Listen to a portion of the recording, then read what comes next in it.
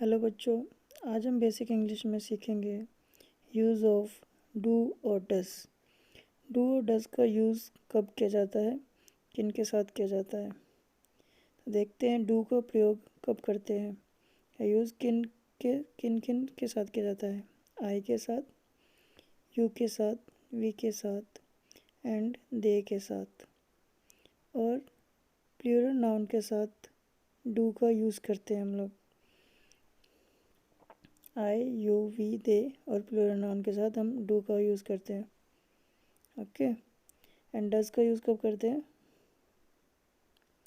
Does का use करते हैं ही। डज का यूज़ कब करते हैं? ही, she, it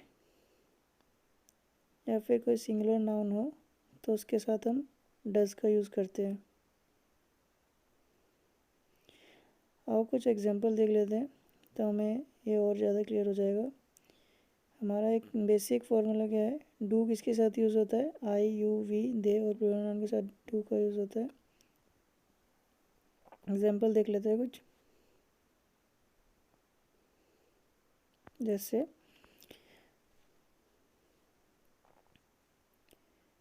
do you study English? Do you study English? तो इसका हिंदी क्या होगी? इसका हिंदी में क्या मीनिंग होगा? क्या तुम अंग्रेजी पढ़ते हो?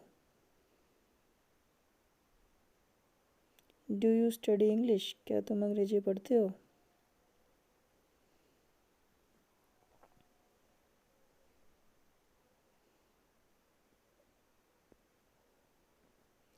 तो यहाँ पर यू था, इसलिए यू के साथ हमने क्या लगा दिया? Do. Does Lata comes, sorry यहाँ पर कम आएगा, कम टू योर होम और house.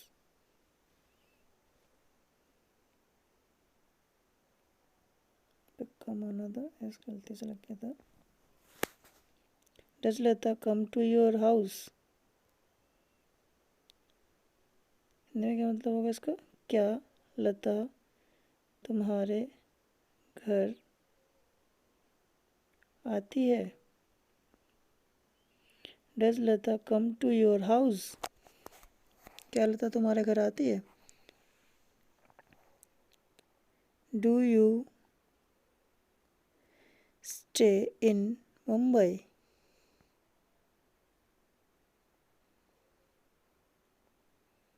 Do you stay in Mumbai? क्या तुम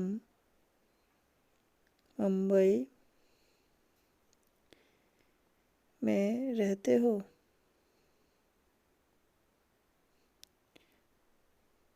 do you stay in Mumbai? यहाँ पर यू था इसलिए डू लग गया। चौथा एग्जाम्पल एक लास्ट देख लेते हैं। और डू अदर फ्रेंड्स ऑल्सो